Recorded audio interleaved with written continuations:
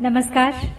श्रीमद् वाल्मीकि रामायण अखंड पाठ में आज हमारा सर्ग है अयोध्या कांड से 19 सर्ग यानी 19वां सर्ग। और आज है श्री राम की कैकेयी के साथ बातचीत और वन में जाना स्वीकार करके उनका माता कौशल्या के पास आज्ञा लेने के लिए जाना। तो आइए प्रारंभ करते हैं आज का पाठ। तदप्रियम मित्रघ्नो वचनम मरणोपमं श्रुत्वा न विव्यथे रामः कैकेयीं चेदमब्रवीत्। एवमस्तु गमिष्यामि वनं वस्तुमहं त्वितः जटाचीरधरो राज्ञः प्रतिज्ञामनुपालयन्।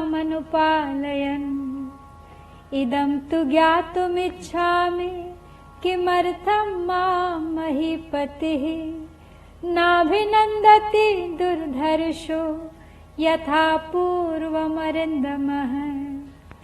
मन्युर्न च त्वया कार्यो देवे ब्रूमि तवाग्रतः यास्यामि भव सुप्रीता वनं चिरजटाधरः।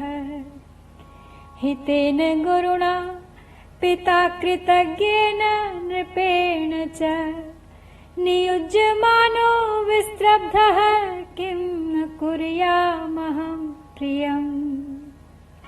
तो कैकेयी ने बड़ी कठोरता से निसंकोच अपने दोनों वचनों की बात और पिता दशरथ की विक्षिप्त दशा का कारण राम को सुना दिया है।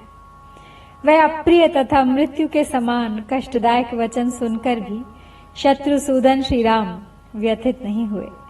उन्होंने कैकेयी से इस प्रकार कहा, माँ बहुत अच्छा, ऐसा ही हो। मैं महाराज की प्रतिज्ञा का पालन करने के लिए जटा और चीर धारण करके वन में रहने के निमित्त अवश्य यहाँ से चला जाऊंगा। परंतु मैं यह जानना चाहता हूँ कि आज दुर्जय तथा शत्रुओं का दमन करने वाले महाराज मुझसे पहले की तरह प्रसन्नता पूर्वक बोलते क्यों नहीं हैं? हे देवी, मैं तुम्हारे सामने ऐसी बात पूछ रहा हूँ, इसलिए तुम्हें क्रोध नहीं करना चाहिए। निश्चय चीर और जटा धारण करके मैं वन को चला जाऊंगा, तुम प्रसन्न रहो। राजा मेरे हितैषी, गुरु, पिता और कृतज्ञ हैं। इनकी आज्ञा होने पर मैं इनका कौन सा ऐसा प्रिय कार्य है जिसे निशंक होकर न कर सकूं। अलीकम मानसम त्वेकम हृदयं दहते मम स्वयं यन्नाह मां राजा भरतस्याभिषेचनम्। अहं हि सीतां राज्यं च प्राणानिष्टान् धनानि च हृष्टो भ्रात्रे स्वयं दद्याम भरताया प्रचोदितः। किं पुनर्मनुजेन्द्रेण स्वयं पित्रा प्रचोदितः तव च प्रियकामार्थं प्रतिज्ञामनुपालयन्। तथा श्वासय ह्रीमन्तं किं त्विदं यन्महीपतिः वसुधासक्तनयनो मन्दमश्रूणि मुञ्चति। गच्छन्तु चैवानयितुं दूताः शीघ्रजवैर्हयैः भरतं मातुलकुलादध्यैव नृपशासनात्। राम आगे कहते हैं माँ से, किंतु मेरे मन को एक ही हार्दिक दुख अधिक जता रहा है कि स्वयं महाराज ने मुझसे भरत के अभिषेक की बात नहीं कही। मैं केवल तुम्हारे कहने से भी अपने भाई भरत के लिए इस राज्य को, सीता को, प्यारे प्राणों को तथा सारी संपत्ति को भी प्रसन्नता पूर्वक स्वयं ही दे सकता हूँ। फिर यदि स्वयं महाराज मेरे पिताजी आज्ञा दें और वह भी तुम्हारा प्रिय कार्य करने के लिए, तो मैं प्रतिज्ञा पालन करते हुए उस कार्य को क्यों नहीं करूंगा। तुम मेरी ओर से विश्वास दिलाकर इन लज्जाशील महाराज को आश्वासन दो। ये पृथ्वीनाथ पृथ्वी की ओर दृष्टि किए धीरे धीरे आंसू क्यों बहा रहे हैं। आज ही महाराज की आज्ञा से दूत शीघ्रगामी घोड़ों पर सवार होकर भरत को मामा के यहाँ से बुलाने के लिए चले जाएं। दण्डकारण्यमेषोऽहं गच्छाम्येव हि सत्वरः अविचार्य पितुर्वाक्यं समावस्तुं चतुर्दश सा हृष्टा तस्य तद्वाक्यं श्रुत्वा रामस्य कैकेयी प्रस्थानं श्रद्धधाना सात्वरयामास राघवम् एवं भवतु यास्यन्ति दूताः शीघ्र जवर्हयैः भरतं मातुलकुलादिहा वर्तयितुं नराः तव त्वहं क्षमं मन्ये नोत्सुकस्य विलम्बनम् राम तस्मादितः शीघ्रं वनं त्वं गन्तुमर्हसि वीणान्वितः स्वयं यच्च नृपस्त्वां नाभिभाषते नैतत् किञ्चिन्नरश्रेष्ठ मन्युरेषोऽपनीयताम्। आगे कहते हैं श्री राम, मैं अभी पिता की बात पर कोई विचार न करके 14 वर्षों तक वन में रहने के लिए तुरंत दंडकारण्य को चला ही जाता हूँ। श्री राम की वह बात सुनकर कैकेयी बहुत प्रसन्न हुई। उसे विश्वास हो गया कि ये वन को चले जाएंगे। अतः श्री राम को जल्दी जाने की प्रेरणा देती हुई वह बोली, तुम ठीक कहते हो, ऐसा ही होना चाहिए। भरत को मामा के यहाँ से बुला लाने के लिए दूत लोग शीघ्रगामी घोड़ों पर सवार होकर अवश्य जाएंगे। परंतु राम, तुम वन में जाने के लिए स्वयं ही उत्सुक जान पड़ते हो, अतः तुम्हारा विलंब करना मैं ठीक नहीं समझती। जितना शीघ्र संभव हो तुम्हें यहाँ से वन को चल देना चाहिए। नरश्रेष्ठ, राजा लज्जित होने के कारण जो स्वयं तुमसे नहीं कहते हैं, यह कोई विचारणीय बात नहीं है। अतः इसका दुख तुम अपने मन से निकाल दो। यावत् त्वं न वनं यातः पुरादस्मादतित्वरम् पिता तावन्न ते राम स्नास्यते भोक्ष्यते अपि वा धिक्कष्टमिति निःश्वस्य राजा शोक परिप्लुतः मूर्छितो न्यपतत् तस्मिन् पर्यङ्के हेमभूषिते रामोऽप्युत्थाप्य राजानं कैकेय्याभिप्रचोदितः कषयिव हतो वाजीवनं गन्तुं कृतत्वरः तदप्रियमनार्याय वचनं दारुणोदयम् श्रुत्वा गतव्यथो रामः कैकेयीं वाक्यमब्रवीत् नाहमर्थपरो देवी लोकमावस्तुमुत्सहे विद्धि मां ऋषिभिस्तुल्यं विमलं धर्ममास्थितम्। तो अब कैकेयी राम से शीघ्रता करने के लिए कह रही हैं, वन के लिए चाहती हैं कि श्री राम शीघ्र अब वन को चले जाएं। तो कहती हैं, श्री राम, तुम जब तक अत्यंत उतावली के साथ इस नगर से वन को नहीं चले जाते, तब तक तुम्हारे पिता स्नान अथवा भोजन नहीं करेंगे। तो अब कैकेयी की यह बात सुनकर शोक में डूबे हुए राजा दशरथ लंबी सांस खींचकर बोले, धिक्कार है, हाय बड़ा कष्ट हुआ। इतना कहकर वे मूर्छित हो उस सुवर्ण भूषित पलंग पर गिर पड़े। उस समय श्री राम ने राजा को उठाकर बैठा दिया और कैकेयी से प्रेरित हो कोड़े की चोट खाए हुए घोड़े की भांति वे शीघ्रता पूर्वक वन को जाने के लिए उतावले हो उठे। अनार्या कैकेयी के उस अप्रिय एवं दारुण वचन को सुनकर भी श्री राम के मन में व्यथा नहीं हुई। वे कैकेयी से बोले, देवी, मैं धन का उपासक होकर संसार में नहीं रहना चाहता। तुम विश्वास रखो, मैंने भी ऋषियों की ही भांति निर्मल धर्म का आश्रय ले रखा है।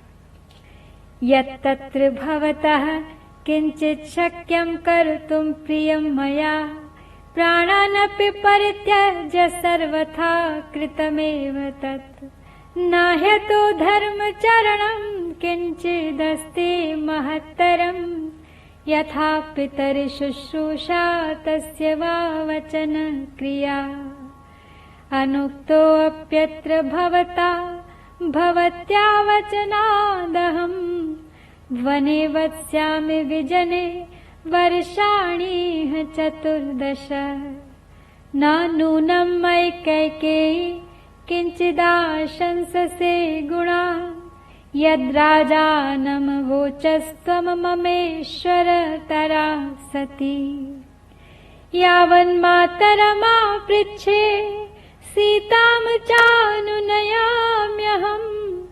ततो अद्यैव गमिष्यामि दंडकानाम महत्वनम्। राम कह रहे हैं, पूज्य पिताजी का जो भी प्रिय कार्य मैं कर सकता हूँ उसे प्राण देकर भी करूंगा।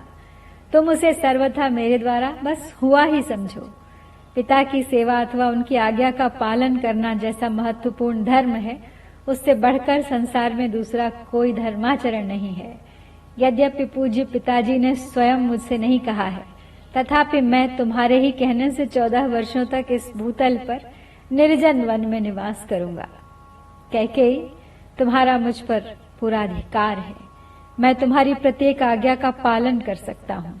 फिर भी तुमने स्वयं मुझसे न कहकर इस कार्य के लिए महाराज से कहा, इनको कष्ट दिया। इससे जान पड़ता है कि तुम मुझ में कोई गुण नहीं देखती हो। अच्छा, अब मैं माता कौशल्या से आज्ञा ले लूं और सीता को भी समझा बुझा लूं। इसके बाद आज ही विशाल दंडक वन की यात्रा करूंगा। भरतः पालयेत् राज्यं शुश्रूषेच्च पितुर्यथा तथा भवत्या कर्तव्यं स हि धर्मः सनातनः।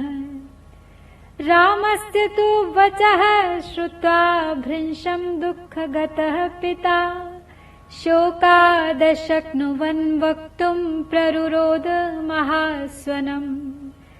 वन्दित्वा चरणौ राज्ञो विसंज्ञस्य पितुस्तदा कैकेय्याश्चापि अनार्याया निष्पपात महाद्युतिः। स रामः पितरं कृत्वा कैकेयीं च प्रदक्षिणम् निष्क्रम्यान्तः पुरा तस्मात् स्वं ददर्श सुहृज्जनम्। तं बाष्पपरिपूर्णाक्षः पृष्ठतो अनुजगामः लक्ष्मणः परमक्रुद्धः सुमित्रानन्दवर्धनः। राम दंडक वन की यात्रा के लिए स्वयं को तैयार कर चुके हैं। कैकेयी से कहते हैं, तुम ऐसा प्रयत्न करना जिससे भरत इस राज्य का पालन और पिताजी की सेवा करते रहें, क्योंकि यही सनातन धर्म है। श्री राम का यह वचन सुनकर पिता को बहुत दुख हुआ। वे शोक के आवेग से कुछ बोल न सके, केवल फूट फूट कर रोने लगे।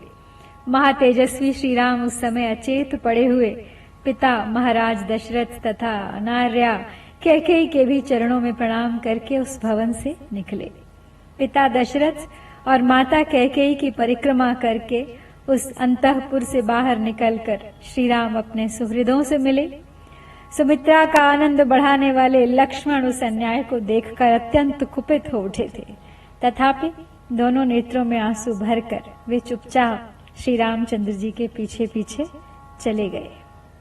अभिषेचनिकं भाण्डं कृत्वा रामः प्रदक्षिणं शनैर्जगाम सापेक्षो दृष्टिं तत्रा विचालयन्।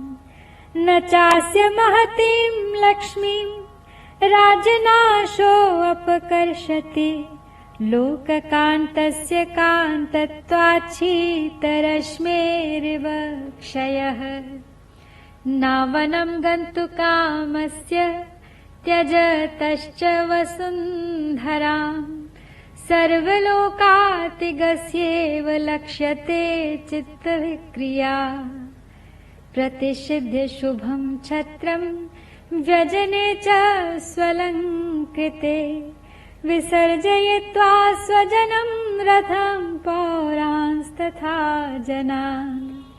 धारयन् मनसा दुःखमिन्द्रियाणि निगृह्य च प्रविवेशात्मवान् वेश्ममातुरप्रिय शंसिवान्।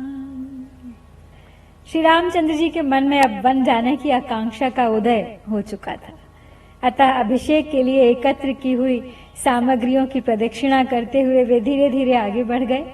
उनकी ओर उन्होंने दृष्टिपात नहीं किया। श्री राम अविनाशी कांति से युक्त थे, इसलिए उस समय राज्य का न मिलना उन लोक कमनीय श्री राम की महती शोभा में कोई अंतर न डाल सका। चंद्रमा का क्षीण होना उसकी सहज शोभा का अपकर्ष नहीं कर पाता है। वे वन में जाने को उत्सुक थे और सारी पृथ्वी का राज्य छोड़ रहे थे, फिर भी उनके चित्त में सर्वलोकातीत जीवन मुक्त महात्मा की भांति कोई विकार नहीं देखा गया। श्री राम ने अपने ऊपर सुंदर छत्र लगाने की मनाही कर दी। डुलाए जाने वाले सुसज्जित चंवर भी रोक दिए। वे रथ को लौटाकर स्वजनों तथा पूर्वासी मनुष्यों को भी विदा करके आत्मीय जनों के दुख से होने वाले दुख को मन में ही दबाकर इंद्रियों को काबू में करके यह अप्रिय समाचार सुनाने के लिए माता कौशल्या के महल में गए। उस समय उन्होंने मन को पूर्णतः वश में कर रखा था। सर्वोप्यभिजनः श्रीमान् श्रीमतः सत्यवादिनः नालक्षयत रामस्य कञ्चिदाकारमानने उचितं च महाबाहुर्न जहौ हर्षमात्मवान् शारदः समुदीर्णाम शुचश्चन्द्रस्तेज इवात्मजम् वाचा मधुरया रामः सर्वं सम्मानयन् जनम् मातुः समीपं धर्मात्मा प्रविवेश महायशाः तं गुणैः समतां प्राप्तो भ्राता विपुल विक्रमः सौमित्रिरनुबव्राज धारयन् दुःखमात्मजम् प्रविश्य वेश्मातिभृशम् उदायुतम् समीक्षं ताम चार्त विपत्तिमागताम् न चैव रामोऽत्र जगाम विक्रियाम् सुहृज्जनस्यात्म विपत्ति शंकया। तो श्री राम अपने मन पर वश करके माता कौशल्या के महल की ओर जा रहे थे, उन्हें यह अशुभ समाचार सुनाने के लिए। जो शोभाशाली मनुष्य सदा सत्यवादी श्रीमान राम के निकट रहा करते थे, उन्होंने भी उनके मुख पर कोई विकार नहीं देखा। मन को वश में रखने वाले महाबाहु श्री राम ने अपनी स्वाभाविक प्रसन्नता उसी तरह नहीं छोड़ी थी जैसे शरदकाल का उद्दीप्त किरणों वाला चंद्रमा अपने सहज तेज का परित्याग नहीं करता है। महायशस्वी धर्मात्मा श्री राम मधुर वाणी से सब लोगों का सम्मान करते हुए अपनी माता के समीप गए। उस समय गुणों में श्री राम की ही समानता करने वाले महापराक्रमी भ्राता सुमित्रा कुमार लक्ष्मण भी अपने मानसिक दुख को मन में ही धारण किए हुए श्री राम के पीछे पीछे गए। अत्यंत आनंद से भरे हुए उस भवन में प्रवेश करके लौकिक दृष्टि से अपने अभीष्ट अर्थ का विनाश हुआ देखकर भी हितैषी सुहृदों के प्राणों पर संकट आ जाने की आशंका से श्री राम ने यहाँ अपने मुख पर कोई विकार प्रकट नहीं होने दिया। तो इस प्रकार यहाँ हम आज अयोध्या कांड से 19वां सर्ग संपन्न करते हैं। इत्यार्षे श्रीमद् रामायणे वाल्मीकिये आदिकाव्ये अयोध्या कांडे 19 सर्गः। ओम श्री सीतारामचंद्राभ्यां नमः।